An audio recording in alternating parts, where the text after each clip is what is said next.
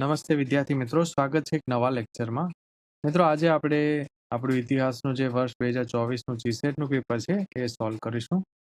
આમાં મિત્રો આપણે 1 થી 25 ક્વેશ્ચન છે એ જોવાના છીએ. બાકીના નેક્સ્ટ જે ભાગ આવશે એમાં હું સોલ્વ કરાવીશ. ઓકે, તો આપણે સ્ટાર્ટ કરીએ. ફર્સ્ટ ક્વેશ્ચન છે, નીચેનામાંથી ઉત્ખનનની કઈ પદ્ધતિ એ મેગાલિથિક? જો મેગા અને લિથિક આ બે શબ્દો છે. ઓકે, મેગા એટલે મોટું અને લિથિક એટલે પથ્થર અથવા મહા પથ્થર.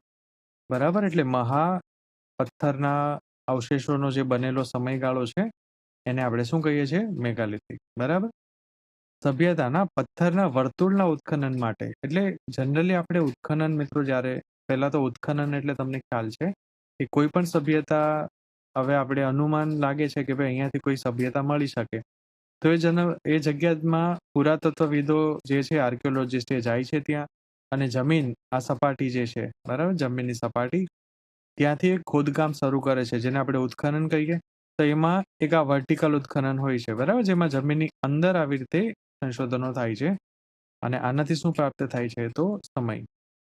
અને એક આડું ઉત્ખનન હોય છે જેને હોરિઝોન્ટલ ઉત્ખનન કહેવામાં આવે છે. એનાથી જે તે સભ્યતા એક આપણે જે પ્રાપ્ત થઈ હોય એના વિશે વધુ ઊંડાણપૂર્વક માહિતીઓ પ્રાપ્ત થાય છે. બરાબર. તો આમાં જનરલી એવું પૂછેલું છે કે એક સભ્યતા આપણે પ્રાપ્ત થઈ, ઓકે, એ સભ્યતામાં પહેલું સ્ટેપ આપણે જે સમય એ કરવામાં આવે, ત્યારબાદ પછી જે બીજું સ્ટેપ કરવામાં આવતું હોય, બરાબર, એ આવું કંઈક હોય છે કે એમાં આવી રીતે ભાગ પાડી દેવામાં આવે. જેમ કે આવી રીતે એક ચોકઠું બનાવવાનું, બરાબર, આટલા ભાગમાં ઉત્ખનન કરવામાં આવે. ઓકે, એક સાથે આખામાં બધામાં જ નથી થતું, કારણ કે જો બધું જ એક સાથે જો ખોદી નાખવામાં આવે જમીન, તો કદાચ એવું બને કે આમાં કોઈક નાના અવશેષો અથવા એ સમયના પુરાવાઓ છુપાયેલા હોય તો એ નાશ પામી જાય.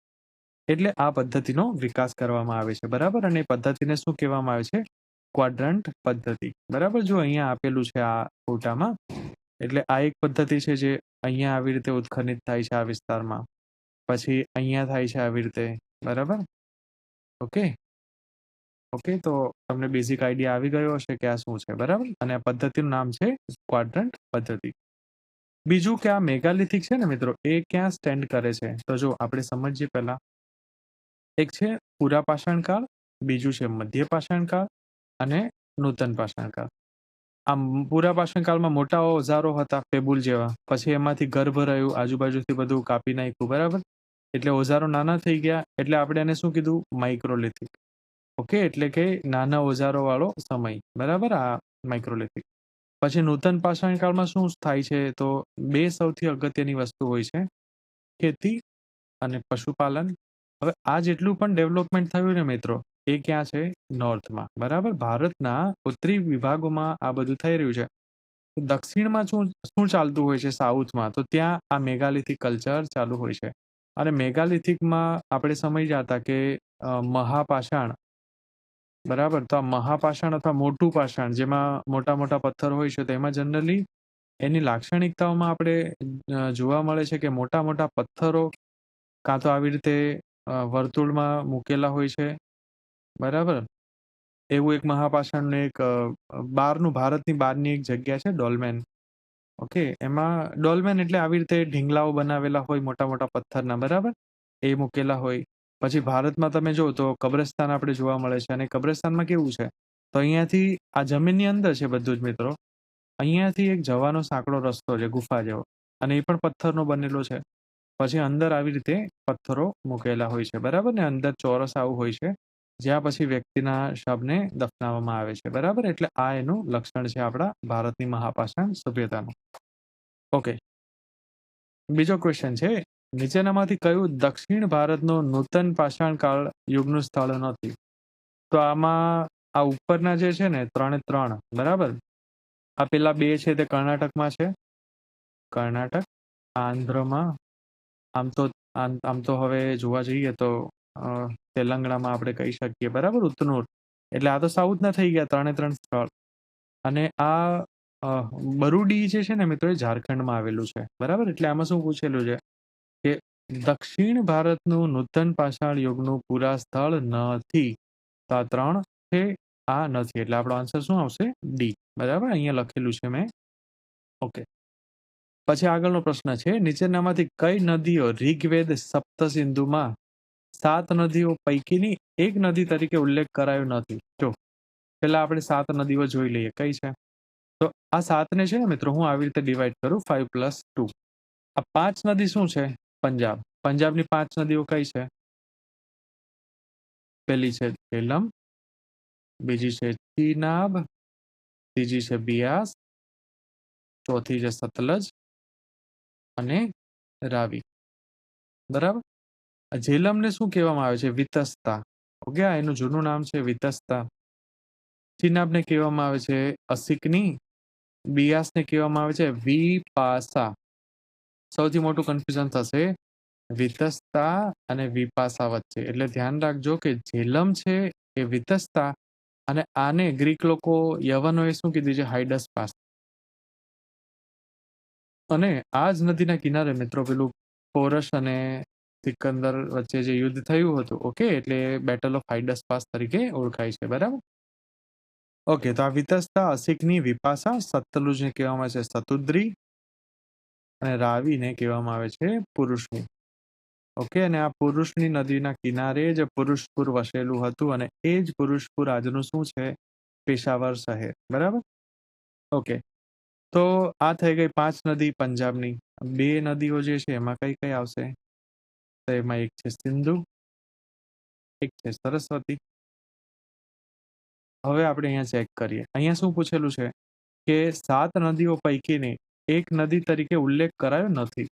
જો મિત્રો, મારું એક સજેશન છે કે જ્યારે પણ નહીં વાળા ક્વેશ્ચન આવે તો આપણી પાસે તો હાર્ડ કોપી છે પેપરની, એટલે અહીંયા તમે પહેલા ટીક માર્ક કરી દો બ્લુ પેન અથવા તમારી બ્લેક પેનથી, એટલે તમને ખ્યાલ રહે કે ભાઈ આ નહીં વાળું છે. અથવા તમે સમજી લીધું તો પહેલું જ ઓપ્શન તમે જોવો ને તમને યાદ આવશે કે હા આ તો છે, એટલે તમે જો આ ટીક કરી દીધું તો ગયો તમારો માર્ક. ઓકે, એટલે આપણે નથી પૂછેલું છે.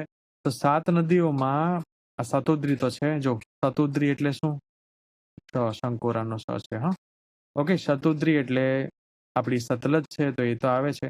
પછી સરસ્વતી અહીંયા છે એટલે એ પણ છે. પછી વિપાસા એટલે જો બિયાસ. બરાબર, વિપાસા એ પણ છે. આ બિયાસને છે ને વ્યાસ પણ કહેવામાં આવે છે. ઓકે, એટલે આ ધ્યાન રાખજો. ઓકે, એટલે આ 3 નદીઓ તો છે, આપણે નથી પૂછેલું છે, એટલે આપણો જવાબ શું આવશે? ગોમતી. બરાબર. ઓકે, ચાલો આપણે આગળ જોઈએ. પ્રાચીન ભારતના સાહિત્યના ઇતિહાસમાં ઔષધને લગતા સૂક્તોનો સૌપ્રથમ ઉલ્લેખ શેમાં થાય?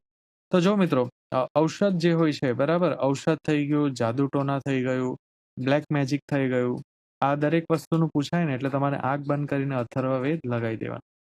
હવે આની પાછળનું એક રીઝન છે.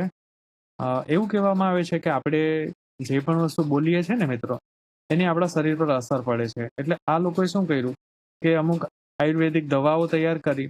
એ દવાઓની સાથે અમુક પ્રકારના શ્લોક આપણે જ્યારે ઉચ્ચારીએ છીએ ને, તો એની આપણા શરીર ઉપર એક સકારાત્મક અસર પડે છે. ઓકે, અને એને પછી આગળ જતા તંત્ર વિદ્યા, બ્લેક મેજિક, આ બધામાં એ પછી ડેવલપ થાય છે. ઓકે, એટલે એ બધી વસ્તુનો ઉલ્લેખ આપણે શેમાં જોવા મળે છે? અથર્વવેદમાં. ઓકે, એટલે આપણો જવાબ આવશે અથર્વવેદ. બીજી એક વસ્તુ, એક પ્રશ્ન અહીંયાથી એ પણ પૂછાય છે, સૌથી જૂનો વેદ કયો છે? તો એ ઋગ્વેદ.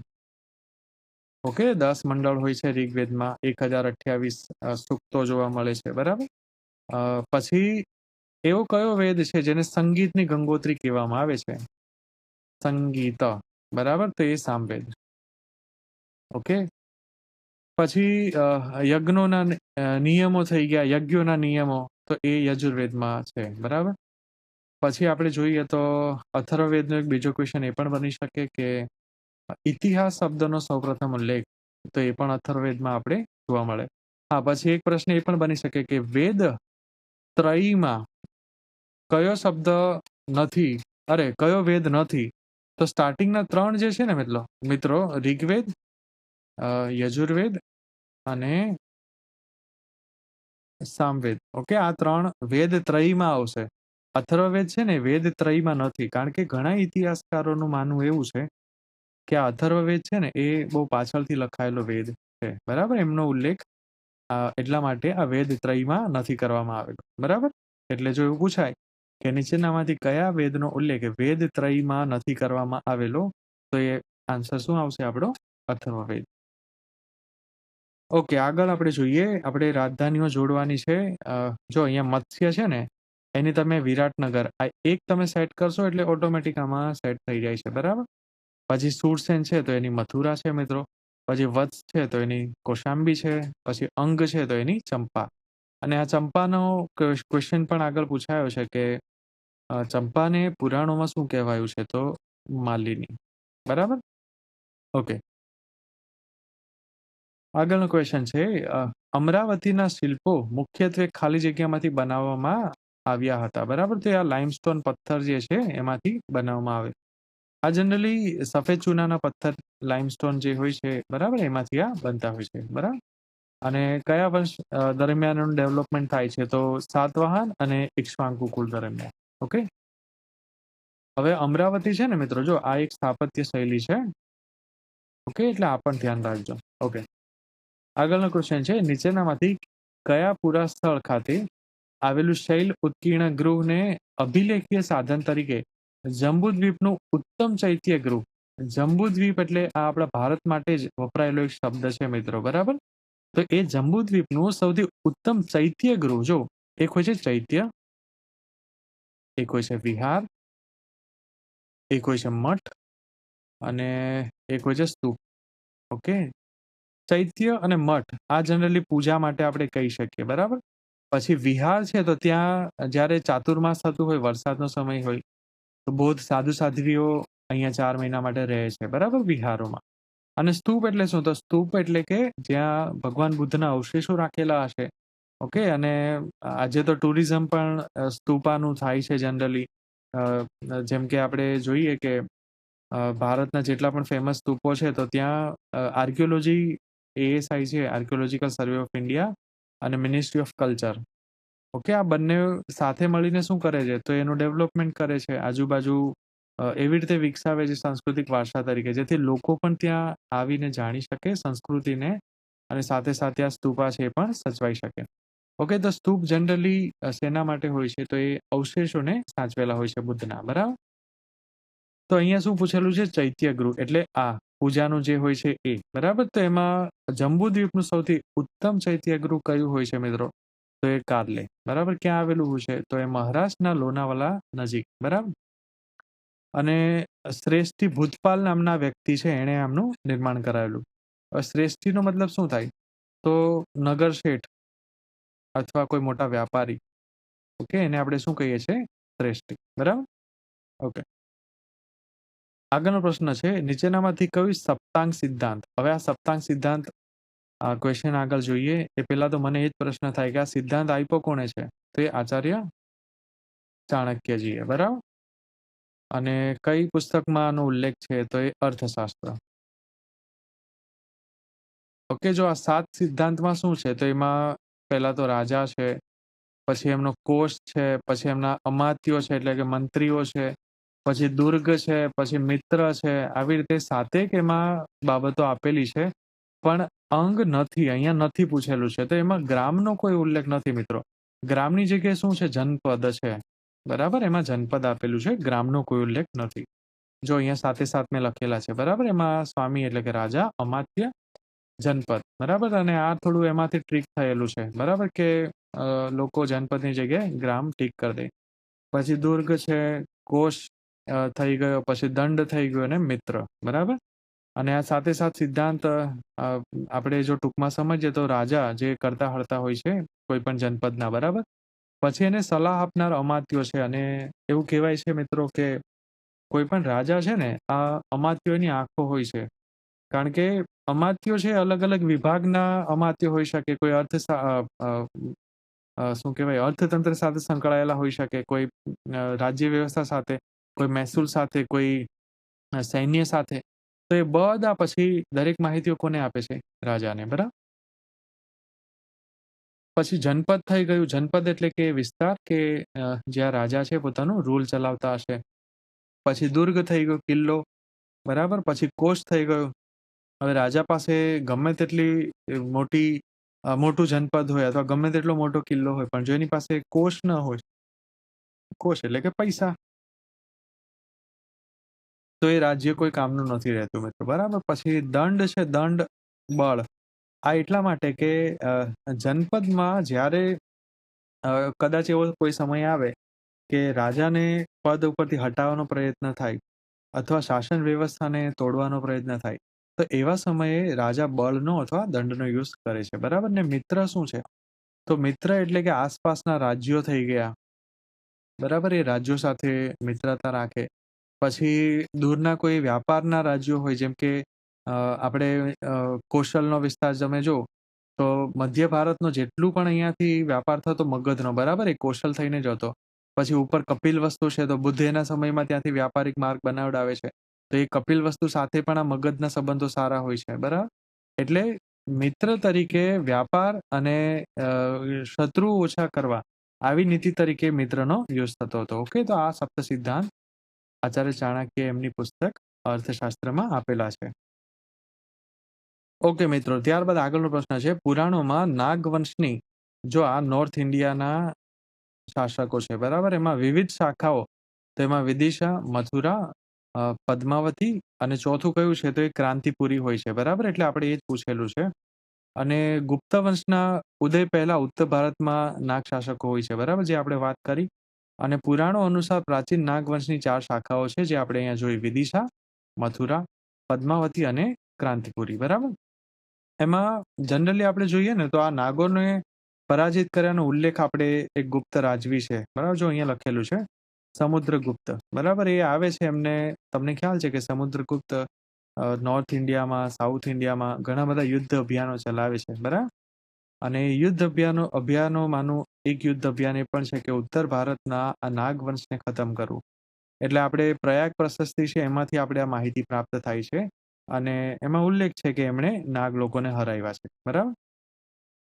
ઓકે, આગળનો ક્વેશ્ચન છે, સતી પ્રથા વિશેનો પ્રાચીનતમ અભિલેખીય પુરાવો આપણે ખાલી જગ્યામાં જોવા મળે છે, બરાબર. તો આ ભાનુગુપ્તનો આ ગુપ્ત રાજવી છે અને એનું એક એરણ અભિલેખ છે મિત્રો, એમાંથી આપણે માહિતી પ્રાપ્ત થાય છે. અને એમાં આ ગુપ્ત સમ્રાટના સેનાપતિ હોય છે અને એનું નામ છે ગોપરાજ.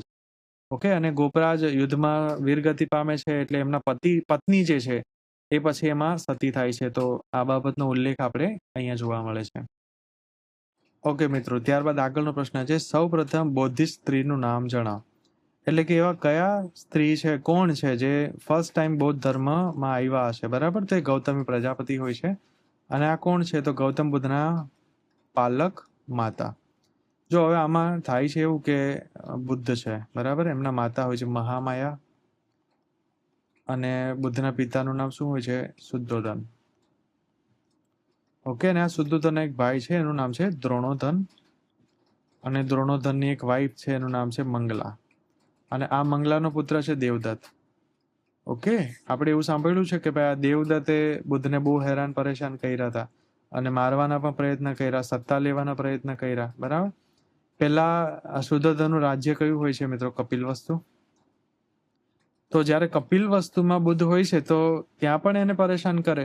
પછી બુદ્ધ જ્યારે પોતાનું સંઘ સ્થાપિત કરે તો એની પણ ઈર્ષા લાગે, તો એ પણ સાધુ બને દેવદત્ત અને સાથે સાથે પોતાનું અલગ સંઘ ચલાવે છે. પણ એમાં કશું એ સફળતા એને બહુ મળતી નથી, કારણ કે લોકો જાણી જાય છે દેવદત્તને. ઓકે, એટલે આવી રીતે ચાલતું હોય છે. અને મંગલાનો પ્રયત્ન એવો હોય છે કે ભાઈ મહામાયા જે છે, બરાબર, એ કોઈ પણ ભોગે બાળકને જન્મ જ ન આપે. એટલે એને ચડાવે છે મંગલા મહામાયાને કે તમને સંતાન પ્રાપ્તિ થવાની છે અને તમે અહીંયા શું કરો છો? તમને ઈચ્છા નથી થતી કે તમે તમારા પિયરમાં જાઓ, માતા પિતાને ત્યાં જાઓ? એટલે મહામાયા પછી જીદ ઉપર ચડે છે અને મહામાયા શુદ્ધોધનને કહે છે કે હું જઈશ. એટલે જ્યારે એમના પિયરે જઈ રહ્યા હોય, બરાબર, તો રસ્તામાં જ કપિલવસ્તુ લુંબિની વન આવે છે.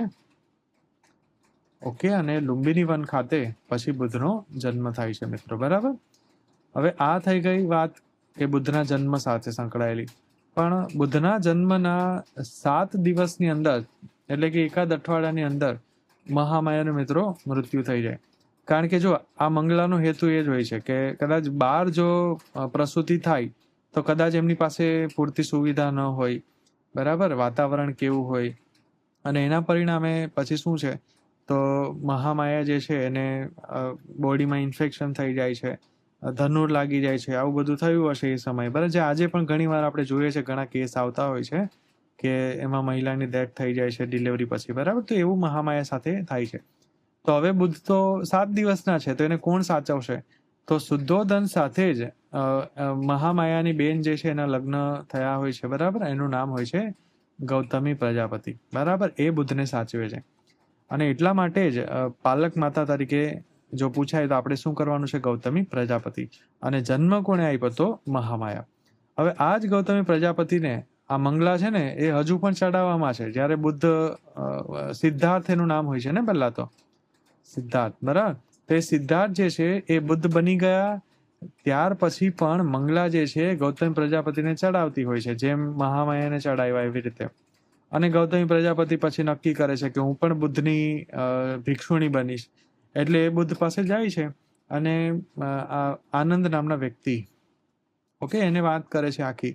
અને આનંદ પછી બુદ્ધને જઈને આવું કહે છે કે તમારા પાલક માતાશ્રી આવ્યા છે અને એ પોતે ભિક્ષુણી બનવા માંગે છે. એટલે બુદ્ધ પછી પરમિશન આપી દે છે. ઓકે, એટલે આવી રીતે ફર્સ્ટ વ્યક્તિ જે બૌદ્ધ સંઘમાં આવે છે ભિક્ષુણી બનીને, તે કોણ હોય છે? ગૌતમી પ્રજાપતિ. બીજું કે આનંદ કોણ હોય છે? તો આ બુદ્ધના જે કઝિન બ્રધર છે અને બુદ્ધના સૌથી પ્રિય શિષ્યોમાંનો કોઈ એક શિષ્ય પૂછે ને મિત્રો, તો એમાં આવે છે આનંદ. પછી આનંદનો એક બીજો ક્વેશ્ચન એ પણ પૂછાય છે કે બુદ્ધના મૃત્યુ સમયે એમની સૌથી નજીક કોણ હોય છે, જેમણે એમની સેવા કરી અને છેલ્લા શ્વાસ સુધી બુદ્ધ પાસે બેસીને રહ્યા? બરાબર, તો એ હોય છે આનંદ. બરાબર,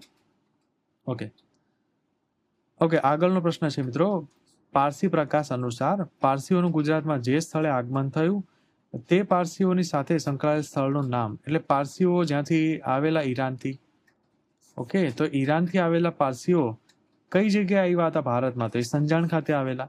અને સંજાણના હિન્દુ શાસક હોય છે જાદી રાણા. ઓકે, પારસીઓને માન સન્માન આપે છે. અને આ જ પારસી કોમ્યુનિટી છે મિત્રો, જેના માટે આપણે શબ્દ યુઝ કરીએ છીએ કે જેમ દૂધમાં સાકર ભળી જાય ને, એવી રીતે આપણા ભારતમાં પારસી કોમ્યુનિટીના લોકો ભળી ગયા. અને તમે જો કે ભારતના કોઈ પણ ક્ષેત્ર હોય એમાં પારસી લોકો ખરેખર બહુ સરસ કાર્ય કરી રહ્યા. જેમ કે જમશેદજી ટાટા આવ્યા, જમશેદપુર આખું વસાવ્યું. પછી ત્યાંથી આખી સ્ટીલ ઇન્ડસ્ટ્રીઝ જે છે, ઓકે, એ ત્યાંથી આખું ડેવલપ થાય છે.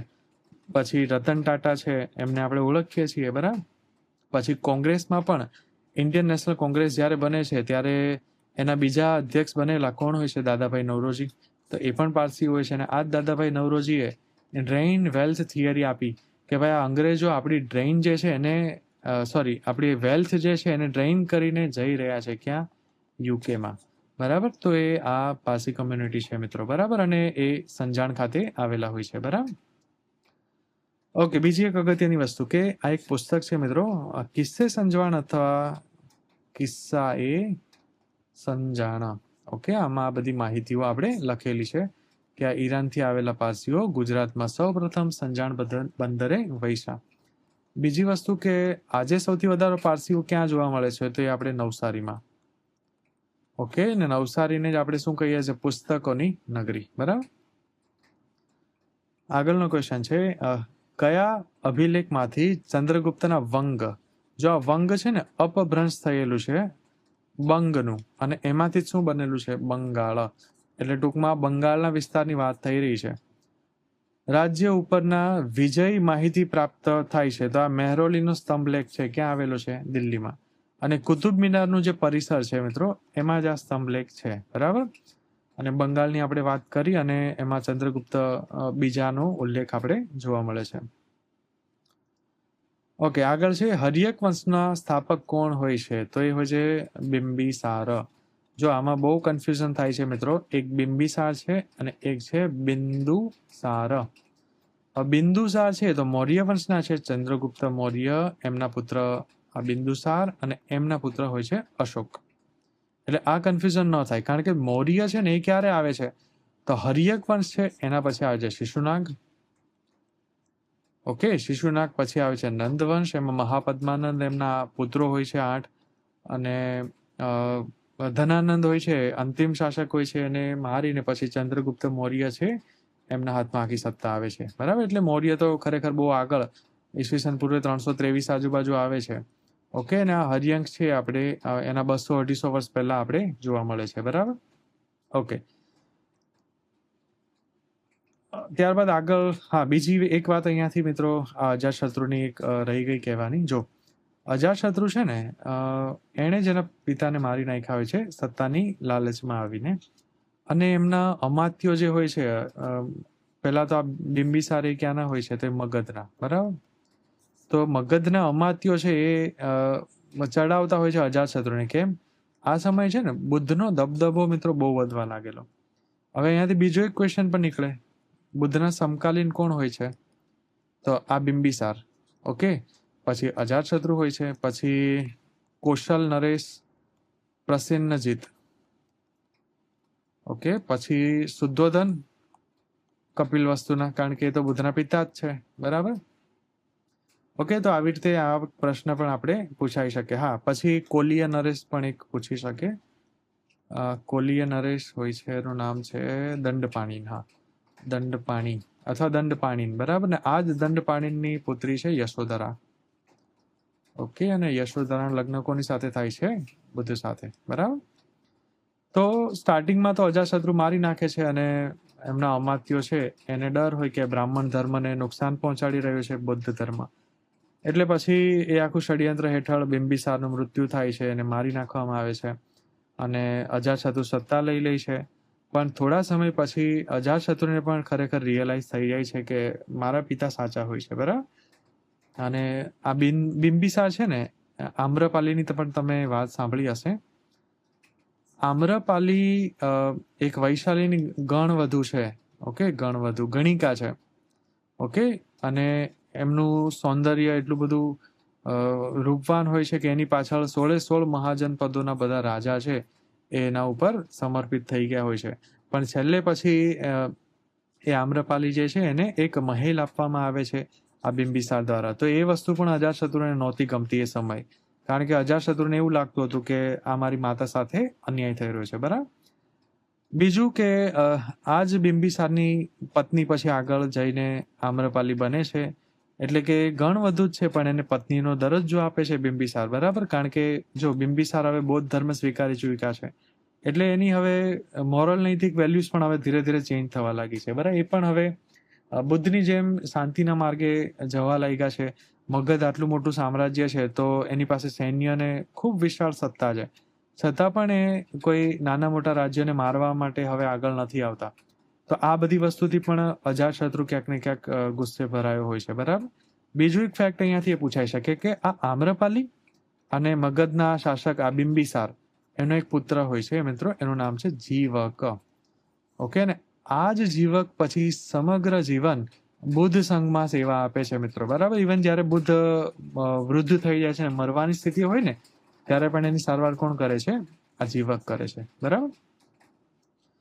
ઓકે, આગળનો પ્રશ્ન છે, ગુપ્તકાલીન હયાત ઇટેરી મંદિર ખાલી જગ્યા સ્થળે આવેલું છે, તો આ ભીતરગાંવ. બરાબર. આ આપણે ઉત્તર પ્રદેશમાં આવેલું જણાય છે, અને ઈંટોનું બનેલું આ સૌથી પ્રાચીન મંદિર છે મિત્રો. બરાબર, ગુપ્તકાળનું. બીજું એક મંદિર પણ છે જે છત્તીસગઢમાં આવેલું છે, સિરપુરનું લક્ષ્મણ મંદિર. બરાબર. એટલે આ ધ્યાન રાખજો. ઓકે, આગળનો પ્રશ્ન છે, ખાલી જગ્યા સ્થળને અશોકે કરમુક્ત બનાવ્યું. તો આપણે સમય જતા મિત્રો આગળના ક્વેશ્ચનમાં કે કપિલવસ્તુથી જ્યારે પોતાના પિયર જવા માટે નીકળે છે કોણ? મહામાયા. તો રસ્તામાં જ એમને ડિલિવરી થઈ જાય છે. બરાબર. ને એ જગ્યા કઈ હોય છે? તો લુંબિની વન હોય છે. ઓકે, એટલે બુદ્ધના જન્મસ્થળ હોવાના કારણે એ જગ્યાને છે ને કરમુક્ત કરી દે છે કોણ? અશોક. ઓકે, એટલે એ શું આવે છે? લિંબિની. એમાં પહેલા છે ને 1/6 જેટલો કર લેવામાં આવતો હતો મિત્રો, પછી 1/8 કરી દે છે. જો 1/6 એટલે શું? કરમાં. તો જ્યારે અનાજ કેવું કંઈક પાકે છે, બરાબર, તો એમાં 6 ભાગ કરે, 1 2 3 4 5 6, અને એમાંથી એક ભાગ છે ને એ રાજાના કોષમાં જમા થઈ જાય છે, અને આ જેનું કર હોય છે. એટલે 6 ભાગ તમે કર્યા, એમાંથી એક ભાગ લઈ લો તો એ વધારે છે. હવે 8 ભાગ તમે કરો, 4 5 6 7 8, એમાંથી જો એક લઈ લેવામાં આવે તો વધારે અનાજ ખેડૂતો પાસે રહેશે ને મિત્રો. બરાબર. એટલે આ કર ઓછું કર્યું એવું આપણે કહી શકીએ. બરાબર. અને આ લુંબિની છે ત્યાંથી પણ એક અભિલેખ આપણે અશોકનો પ્રાપ્ત થાય છે, એને આપણે રૂમિનદેય અભિલેખ આપણે કહીએ છીએ મિત્રો. બરાબર. ઓકે, આગળનો ક્વેશ્ચન છે 7મી સદીમાં ગોપાલે, જો હવે 7મી સદીમાં જ્યારે સમ્રાટ હર્ષવર્ધનનું રૂલ છે એ ખતમ થાય છે અને ભારતભરમાં એક ત્રિપક્ષીય સંઘર્ષ સર્જાય છે, બરાબર. તમને ખ્યાલ જ છે એમાં ગુર્જર પ્રતિહાર, રાષ્ટ્રકૂટો અને બીજા નાના મોટા સ્થાનિક શાસકો છે, એનો એક આખો ત્રિપક્ષીય સંઘર્ષ આપણી સામે આવે છે. તો આ વિસ્તારના જે લોકો છે ને એ પછી એક વ્યક્તિને નક્કી કરે છે, બરાબર, અને વ્યક્તિને નક્કી કરીને પોતાનો રાજા ચૂંટી કાઢે છે, બરાબર. ને એ વ્યક્તિ કોણ હોય છે? ગોપાલ. એટલે ગોપાલ જ પાલ વંશના શાસક બને છે, બરાબર. એટલે આપણે શું પૂછેલું છે કે 7મી સદીમાં ગોપાલે ખાલી જગ્યા રાજવંશી સત્તા સ્થાપી, તો એ કયું આવશે? પાલ વંશ, બરાબર. બીજી એક વસ્તુ કે આ મત્સ્ય ન્યાય મેં તમને કીધું કે અહીંયા ફેલાઈ ચૂકેલો હતો, બરાબર. મત્સ્ય ન્યાય એટલે શું છે કે મોટી માછલી જે હોય ને મિત્રો, બરાબર, એ મોટી માછલી નાની માછલીને ખાય.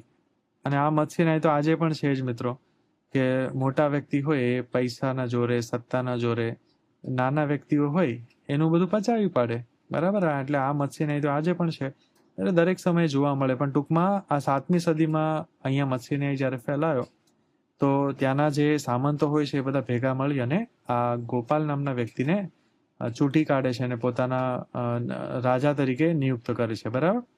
બીજો એક પ્રશ્ન અહીંયાથી એ પૂછાઈ શકે કે આ ગોપાલના પુત્ર છે, બરાબર, ધર્મપાલ, એમણે જે અહીંયા વિક્રમશિલા યુનિવર્સિટી સ્થાપી હોય છે, બરાબર. એની બાજુમાં અહીંયા બિહારમાં નાલંદા યુનિવર્સિટી છે.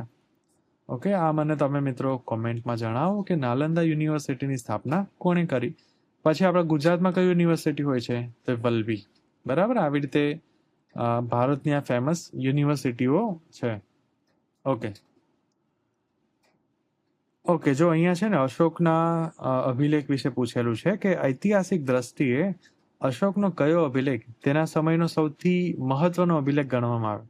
જો પેલા નંબર સમજી લો, x એટલે 10, બરાબર. આ રોમન નંબર તો આઈ હોપ કે તમને ખ્યાલ હશે. આ 1, આ 2, આ 3, આ 4, આ 5, બરાબર. પછી આમાં એક પ્લસ કરી દેવાનું, એટલે આ 6, 2 પ્લસ કરી દેવાના 7, 3 પ્લસ કરી દેવાના 8, પછી 10 છે ને 10, એમાંથી એક માઇનસ કરી દેવાનું 9, 10, પછી 11 શું થશે?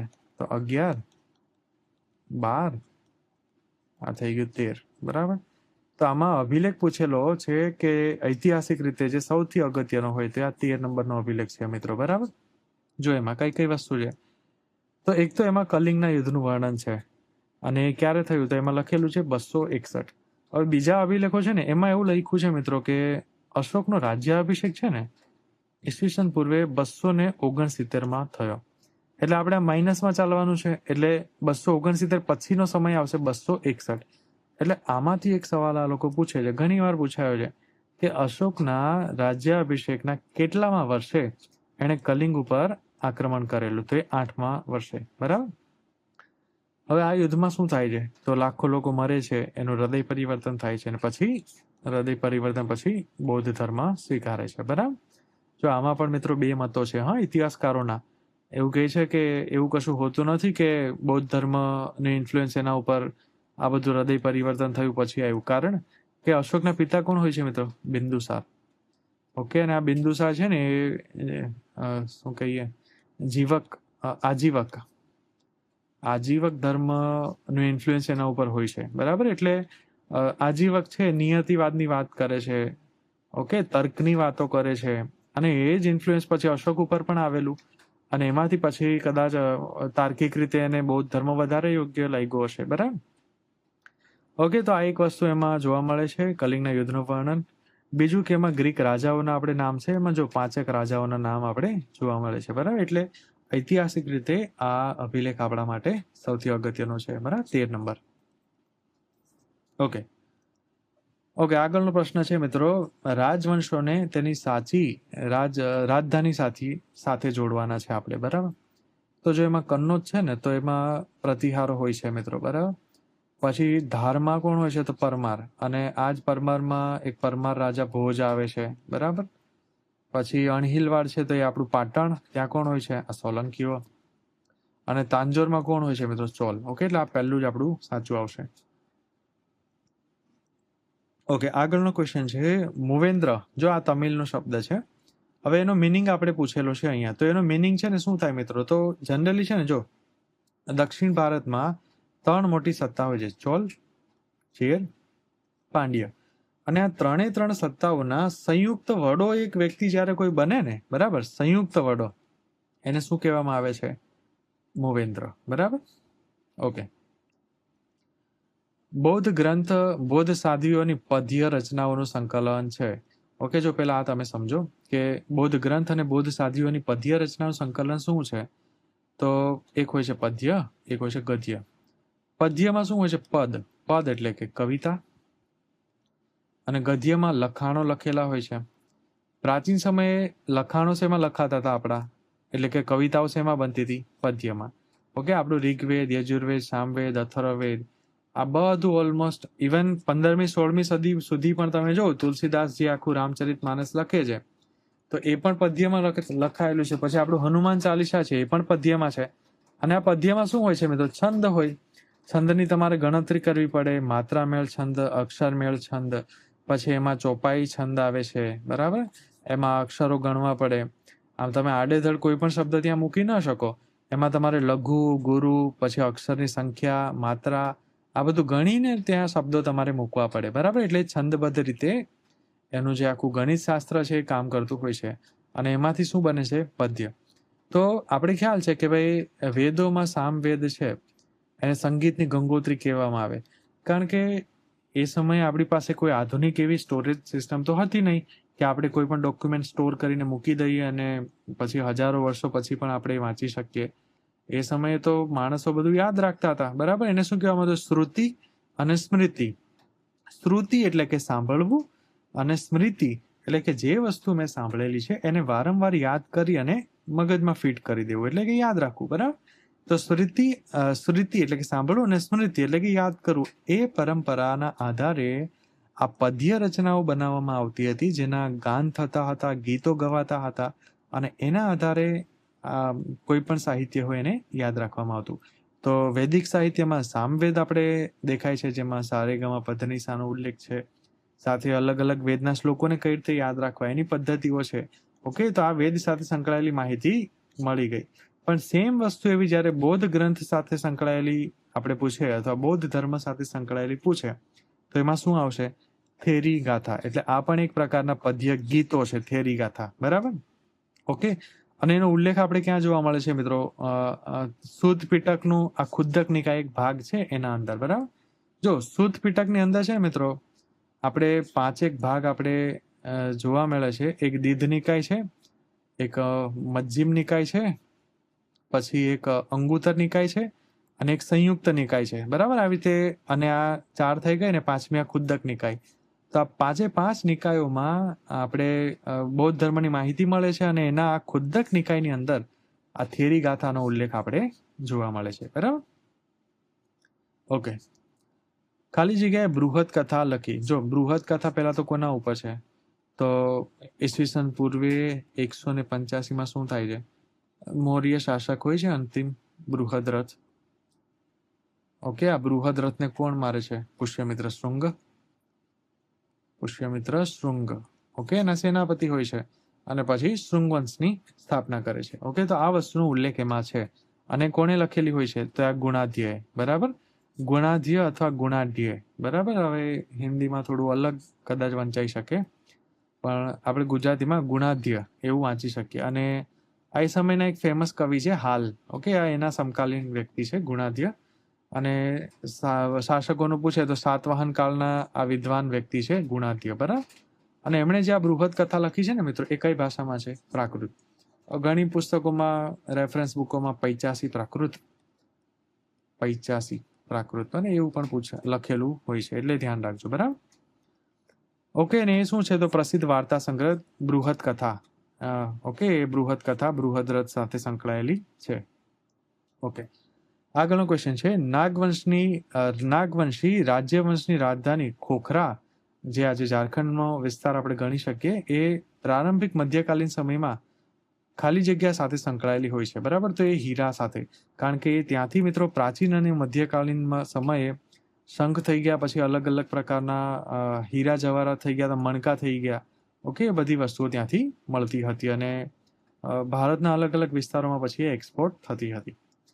ઓકે, આગળનો ક્વેશ્ચન છે મિત્રો કે પલ્લવો દ્વારા નિર્મિત વૈકુંઠ પેરુમલ મંદિર ક્યાં આવેલું છે? તો એ કાંચીમાં આવેલું છે મિત્રો, બરાબર. અને આ બનાવેલું કોણે હોય છે? તો પલ્લવ રાજા નંદીવર્મન હોય છે, એમણે આ બનાવેલું હોય છે, બરાબર. બીજું કે કાંચીપુરમનું કૈલાસ મંદિર છે ને, એ પણ બહુ ફેમસ છે મિત્રો. એટલે આ બંને મંદિરો શું કહેવાય, કાંચી માટે એક બહુ મોટી વિશેષતા છે. એટલે કદાચ પૂછાઈ શકે કૈલાસ મંદિર ક્યાં આવેલું છે? તો એ પણ કાંચીમાં છે, બરાબર. અને પલ્લવ સમયની દ્રવિડ સ્થાપત્ય કલાનું એક બેસ્ટ એક્ઝામ્પલ આપણે ગણી શકીએ. ઓકે, અને લાસ્ટ ક્વેશ્ચન છે મિત્રો, ભારતીય દ્વીપકલ્પ સાથે સંબંધિત મહાવિકાસ શબ્દ ખાલી જગ્યા સાથે સંકળાયેલો છે. ઓકે, તો એ શું છે મિત્રો? તો કસ્ટમ અધિકારી છે, બરાબર. અને એ જ કસ્ટમ અધિકારી જે છે, બરાબર, એમાંથી પછી મંડપિકા અને એમાંથી પછી મંડી. ઓકે, મંડી એટલે તમને ખ્યાલ જ છે મિત્રો કે એક જગ્યા છે જ્યાં શું કહેવાય, બધું ભેગું કરવામાં આવે છે અનાજ, અને એનો એક અધિકારી હોય છે જે બધું સંચાલન કરે છે, બરાબર. એટલે આજે પણ આધુનિક સમયના ઘણા ખરા શબ્દો આપણે કદાચ પ્રાચીન ભારતમાં થી ડાયરેક્ટ ઇન્ફ્લુઅન્સ થઈને આવેલા હોય એવું જણાય છે. ઓકે મિત્રો, તો આશા છે કે તમને આમાંથી ઘણું જાણવા મળ્યું હશે. અને મિત્રો જો આ 25 ક્વેશ્ચન લેવાનો મારો હેતુ એવો છે કે લગભગ આપણો 35-40 મિનિટનો આ વિડીયો થયો છે. હું પણ શાંતિથી થોડું બોલી શક્યો છું, ઘણું બધું આજુબાજુનું તમને સમજાવી શક્યો. તો મિત્રો મળીશું આપણે નેક્સ્ટ લેક્ચરમાં. આ લેક્ચરમાં જોડાવા માટે આભાર. અને ચેનલને તમે સબસ્ક્રાઇબ ન કરી હોય તો સબસ્ક્રાઇબ કરો, અને તમારા મિત્રો જે તૈયારી કરતા હોય તો એમને પણ મિત્રો આ પ્લેલિસ્ટ શેર કરો, જેથી એ પણ મિત્રો ઘરે બેસી અને GSETની એક્ઝામ છે પાસ કરી શકે. Thank you.